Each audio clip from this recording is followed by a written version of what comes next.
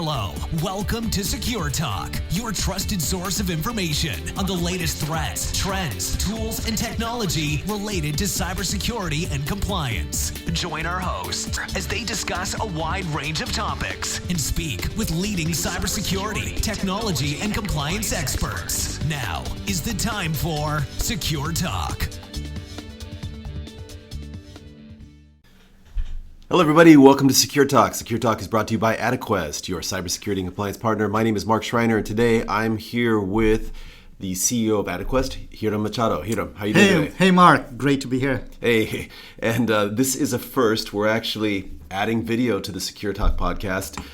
Not sure if you want to take a look at us, but we thought we'd give you a chance to see. I'd rather not. Yeah. Well, they say video is really important these days, so we'll give it a shot and see if it adds some quality or new element to the Secure Talk podcast. Hey, today, Hiram and I are going to be talking about the rise of the virtual CISO. And we're talking about what's causing that, what it is, what are the advantages, disadvantages, etc. But first off, Hiram, why don't we start off with what is a virtual CISO? What is a virtual CISO? That's a great question. Well, CISO as Chief Information Security Officer, of course, right? And the importance of a CISO in every organization is definitely growing. In the last 5 to 6 years, when you look at the history of cyber attacks and companies that made the news of having had some sort of cybersecurity breach or issue, you look at it and often either they didn't have a CISO or the structure in which that CISO operated wasn't as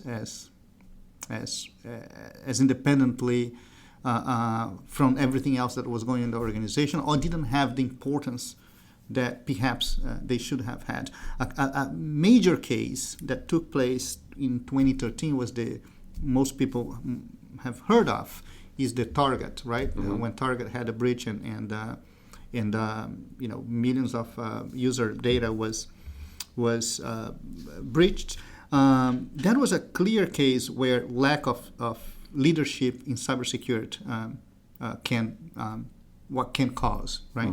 So ever since other case came up, and the lack of leadership in cybersecurity has always been looked at when a case happens. And now there's more awareness that it is important to have leadership in that role.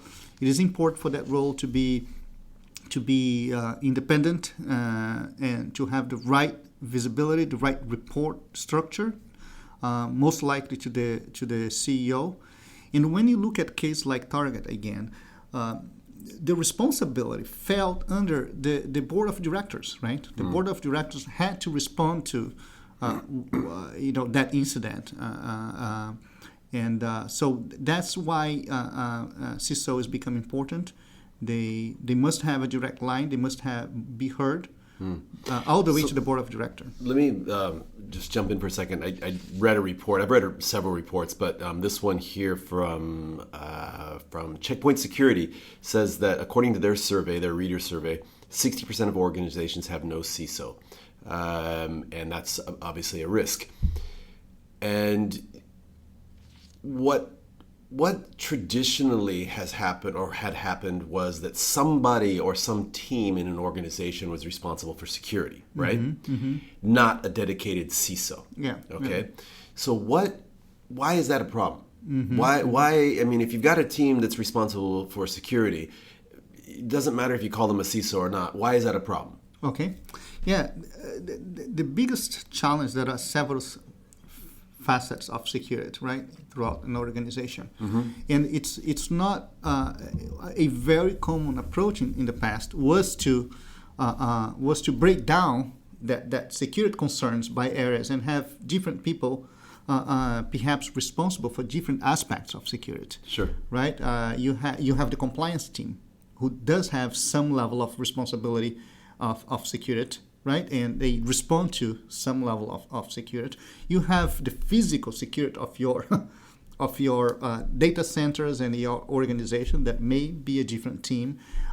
You have your network infrastructure. You have your application development right. security data security, and it more often than not, up to these days, you find security being held, the responsibility of security being held by those functional groups, right? Whether it's network, application development, physical security, and not necessarily centralized and looked at as a more a broader security issue and more comprehensive. Right. Security is not really looked at as a holistic type of responsibility. Right. It's compartmentalized, like you said. Maybe you have the physical security of the building or the data center. You've got your network security, and then you have like compliance related. So you want to protect certain types of data, etc. But who's overlooking all of that, right? Yeah. And that's the role of the CISO today. Yeah. The CISO is trying to bring that all together and say, especially because a lot of these solutions overlap, right? Mm-hmm, right. You want to make sure that they are complementary to each other, not against or conflicting with each other. So and also, I mean, if you have a kind of a fragmented approach to security responsibility, how do you get these different fragments? How do they get the appropriate amount of resources or buy-in or authority or autonomy to go out and enforce certain security standards, right? It can be challenging. So okay, the CISO is the answer, right? Mm-hmm.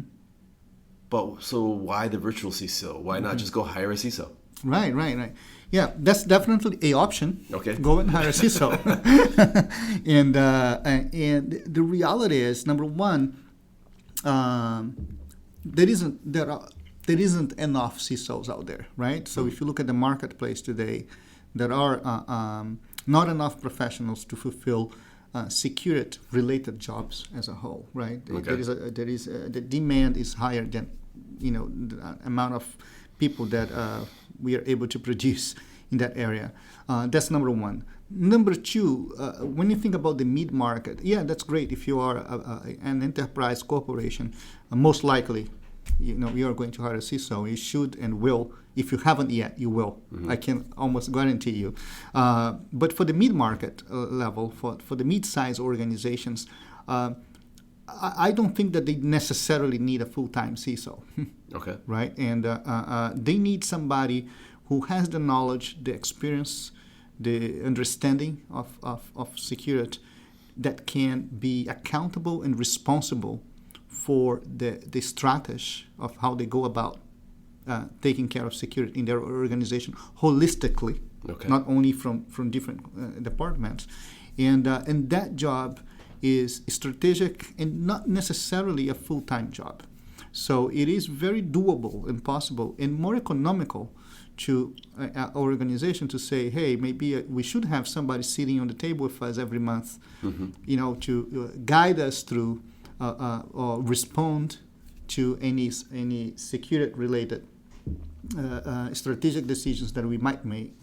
But I don't need that person sitting here every day in the office, or I don't need to hire a full-time person. That's the reality for most mid-sized organizations today. And when you say mid-size, roughly, what are you talking about? I don't think if you get above, I don't know, 5,000 to 6,000 people, then that's above mid-size. That's above mid-size, and they might start thinking to get a full-time. So up to that level, you probably can take care of your cybersecurity infrastructure, or from a strategic perspective and roadmap perspective, with a vCISO. Okay, so in terms of who the target organizations are, it seems to be these small and medium-sized organizations, okay, up to, you said, maybe 4,000 or 5,000 seats. But what about who is actually doing this job? I mean, if I have the skills as a CISO, why would I choose to be a virtual CISO versus a full-time in-house CISO with a larger organization? Right, yeah. I think the attractiveness for a CISO of working with multiple companies is the diversity, right? So if I am a CISO in multiple companies, I'm probably, I will learn so much from each other, and I'll be able to leverage that learning between organizations. And there are certain learnings that probably won't take place if you're only taking care of one environment, right? Yeah, that's true. And that single environment. So for a professional of cybersecurity, there is that attractiveness of working in multiple organizations and taking care of a diverse set of infrastructure. In turn, you learn more and you can protect each one of them better. And I would assume that you could also scale as much as you wanted to. So if you wanted to work 20% of your time, you could find the engagement that would be appropriate for you. If you wanted to work with 2 or 3, 4 different organizations and you wanted to max yourself out, you could do that as well, right? Yes, for a consultant, that's the beauty of it. Right. Yes. Yeah. Okay. What are the key advantages to having a virtual CISO?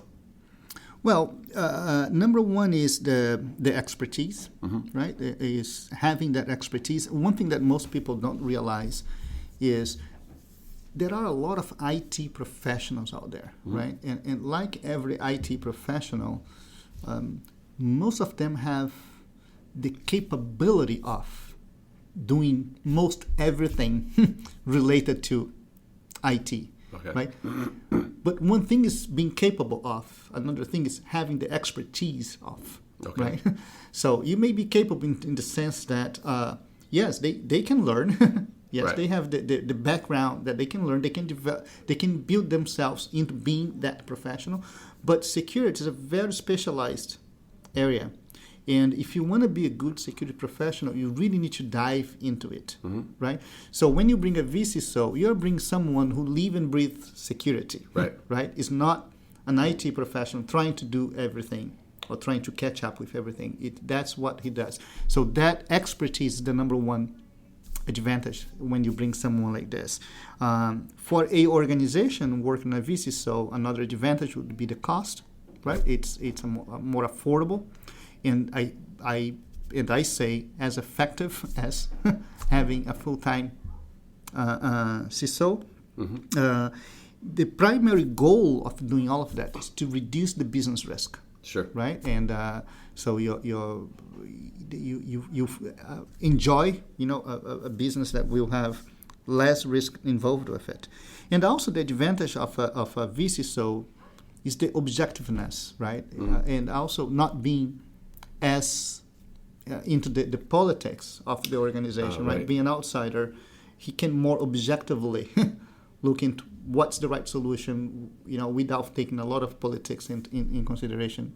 Yeah, I can see the advantages of bringing in a consultant type CISO, because by the very nature of the way they choose to work, they have a lot of experience in that type of role, but in a variety of organizations, like you spoke. So they can probably come in very, very quickly and say, based upon your current situation, your business objectives, here's the type of program we need to implement. They don't have to recreate the wheel, or reinvent the wheel. They've been there before. They've done that.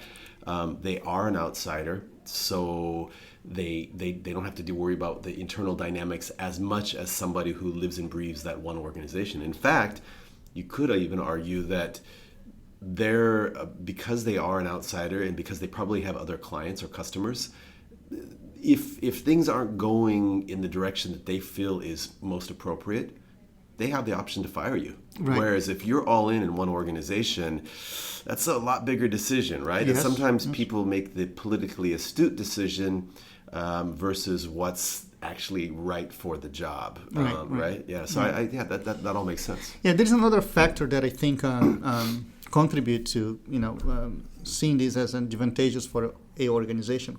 Sometimes productivity, right? You have to find the right balance between productivity and security, right? And sometimes, if you have an IT organization that is also taking care of productivity, their mandate, their primary, charter, is to produce and make it easy and simple for people to use, right?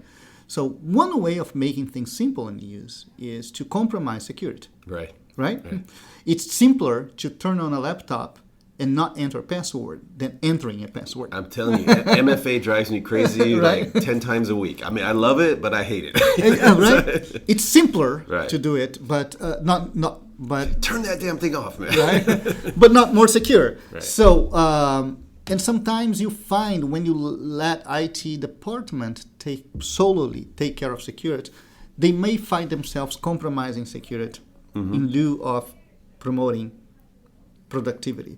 And an outsider can come in and look into that and more objectively and more clearly help them understand this is the level of security you should have, this is why you should implement this.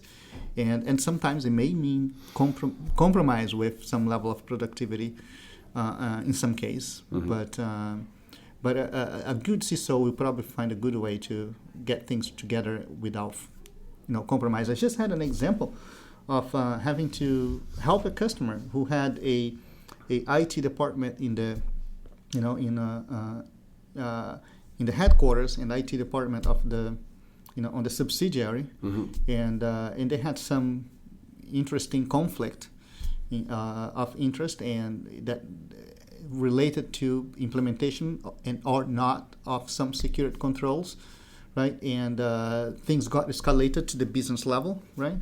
And it's very hard for the business people, right, to make a decision when they're hearing from two different IT departments, right?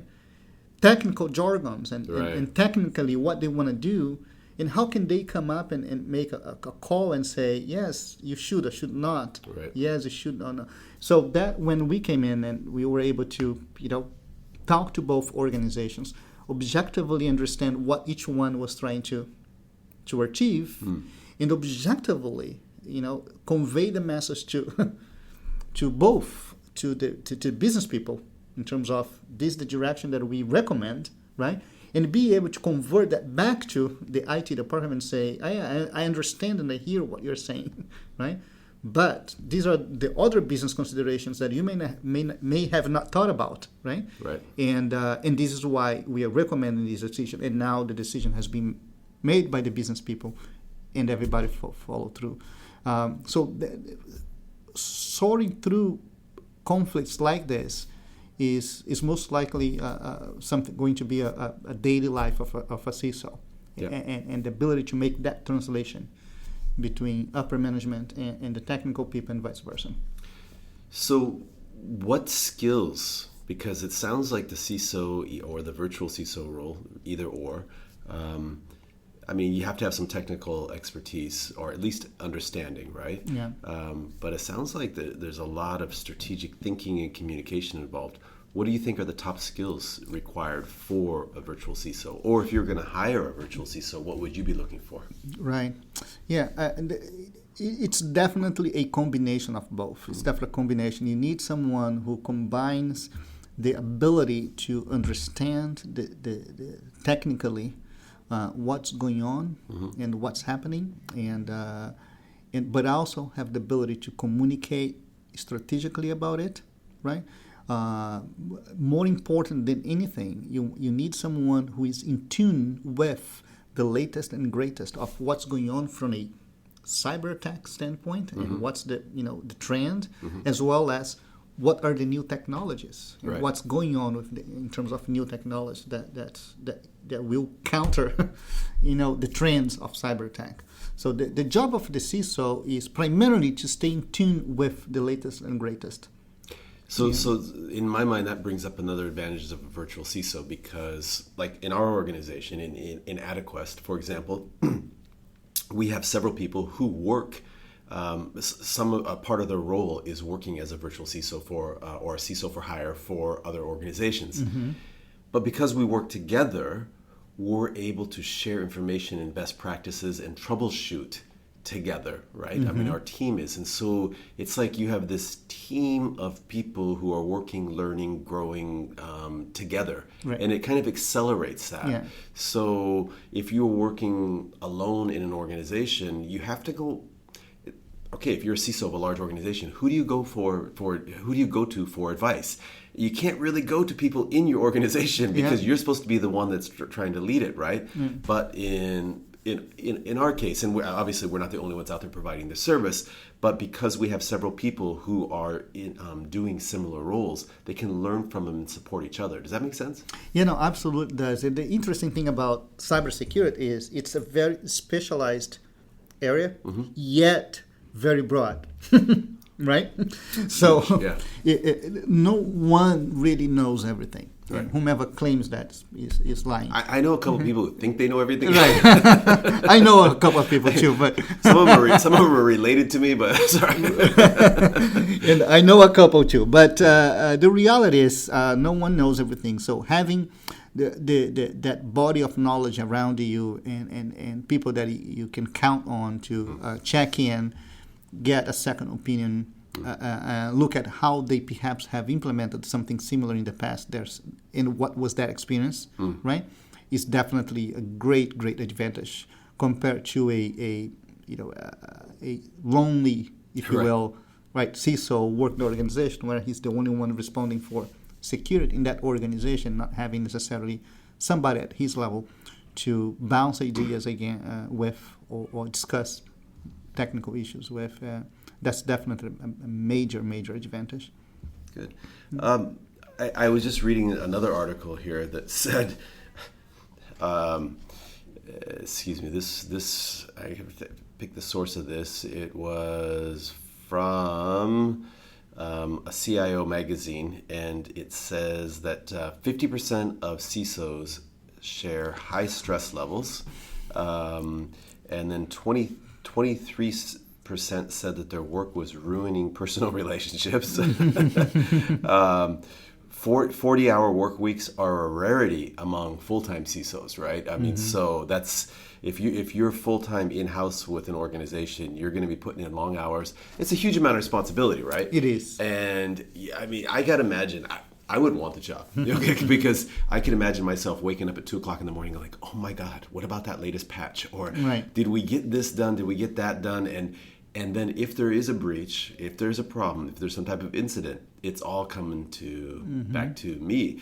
I don't want that kind of responsibility. Well, and the reality is, on top of that, Mark, as a CISO, we see it. So the attacks are happening every day, right? Most organizations will have some basic level of security in place, and most of the attacks happening every day is being you're protected against. But when you look at it and you see that coming, right? And you always wonder, what if something else comes, right? Right. What if they come from a different place or from a different strategy to penetrate? The reality is there is no 100% secure organization, and they will keep trying, right? And so that's disconcerting. That can be like when you look at those statistics of the number of attacks that your organization is suffering every day, it just makes you wonder when is that going to happen, right? So you need to stay ahead of the game. Hence why, back to the importance of being ahead of the game in terms of understanding what is the trend, understand what are the solutions that that are coming up, staying tuned with those two, and be concerned about it every day. A couple more questions on this topic, and then we'll jump off this. But if you were going to hire a virtual CISO, what advice would you give an organization in terms of who they would hire, how they hire, etc.? Yeah, I think it's important. Like everything else, I think the hiring process should be no different than the hiring process of hiring a full-time CISO or a full-time employee for that matter, right? So you want to make sure that that person that you are bringing in aligns with the culture of your organization, right?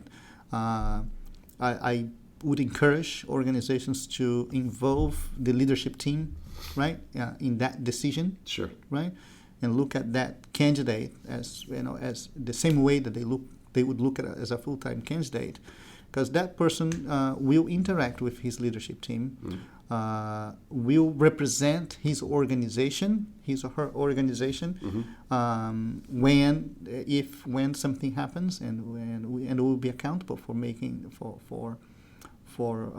making sure that the right steps are taken to protect the organization. So I would say whatever hiring practice you have in your organization, use the same and bring that person in. Okay, so treat it as a real hire, As right? a hero hire, yes. Okay. Yes. And then if you're somebody who's interested in becoming a virtual CISO, maybe not already working as one, but you do have some security experience, and you'd like to take your career in that direction, what advice would you give? Yes, well, credentials, right? Okay. So build your credentials both with experience. So you have got to have some experience dealing with cybersecurity issues, and you have to have some credentials that shows that you stay on top of your game. CISSP is the most popular credential that most CISOs will have, and in my opinion should have, right? And beyond that, you can look for building up, attend a master program in cybersecurity or a master degree. And there are some other credentials other than CISSP that you might want to look at.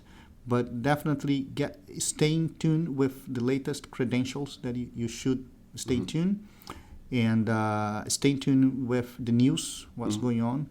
And I think that that will make you, in leadership training as well, right? Make sure that you have the ability to communicate to the leaders, as well as communicate with the leaders, as well as with technical people. So I think that's huge, because if you can't articulate the vision and explain why it's important, you're gonna good luck. Yeah. And most important, explain in plain English, right? Right. Not using the technical jargon. I have seen a lot of the IT guys trying to communicate with and talk to the leadership team with their own IT language, and that doesn't work. You have to have the ability to translate that in terms that they understand. I get frustrated even just watching security vendors sell their or market their services and products and using the language that they think is supposed to be used in the industry. But oftentimes it's like, nobody talks like that. Why can't we just use plain English and then use the technical terms when appropriate, right? Right. And I sit in on a ton of calls, and the real calls where the real work is getting done, most people are using just plain English with some technical terms. Right. But the marketing stuff that comes out, I'm like, that's not real. And I'm not going to pick on any particular vendor, but I spend a lot of my time watching the videos from one particular vendor, and I think that they could improve themselves, right? Their efforts. Anyway, hey, let me ask you this: what else is going on with adaQuest these days? Well, there's a lot going on. We are expanding to Brazil, and we're opening up an office in Brazil, and we are onboarding some very interesting clients down there. We are expanding our relationship with Microsoft, and we have been onboarding some very interesting enterprise level customers for which we are now providing some cybersecurity service. So we are definitely in a good momentum. And so when you say cybersecurity services, that could be really broad. Right? It is broad, yes. And maybe you want to be vague, or maybe but can you give some specific examples of projects that adaQuest has been working on recently? You don't have to mention the company names, of course. Right. But like when you say cybersecurity services, what are you talking about? I think one of the most popular kind of service that we have seen interest on is MDM, right? Mobile device management. It's huge. It's huge, and there has been a lot of interest in Intune, Microsoft Intune, and a lot of the support that we are providing right now has been around Intune deployment, MDM, device management capabilities, right? There has been quite a bit of interest in the Windows Autopilot. Yeah, you know what? I was going to ask you about that. What are your thoughts on Autopilot? I find it I think it's still a new technology, and I think there's still some improvements to be made in the technology itself. For people who don't know what Autopilot is, can you explain it? Absolutely, yes. Well, for the Autopilot is the ability to configure a machine remotely. So Right. basically, the today with Windows Autopilot, which was deployed by Microsoft, you have the ability to, let's say, purchase a machine, send it over to the end user, wherever he is in the world, and that end user will unwrap the machine, right, brand new from the manufacturer, and when he open up the machine and turn it on, it will say, "Welcome, Mark, to adaQuest," and wait for 50 minutes. We are configuring your machine, and every application, everything that you need to function will be then deployed to that machine remotely. Okay, so Autopilot is deploying a machine based upon my profile. Yes. After it turns on. So it's not shipped it's not shipped pre-configured. No. It configures itself as soon as I turn it on. As soon as you turn it on and connect it to the internet. That's Okay. the only thing that we have to do before it goes. And it's great because it saves so much cost for IT infrastructure. Most of the process today is IT buys a machine, bring it to their lab, re-image that machine with whatever install of the applications, and then physically sometimes go and deliver it to the end user, right, his machine. That's gone with Autopilot, right? It's no touch at all from the IT department. All they have to do is to configure the different profiles of the machines that they want to set up, right? Yep. And at the time that they purchase the machine, they associate the purchased machine with the right profile in their Azure.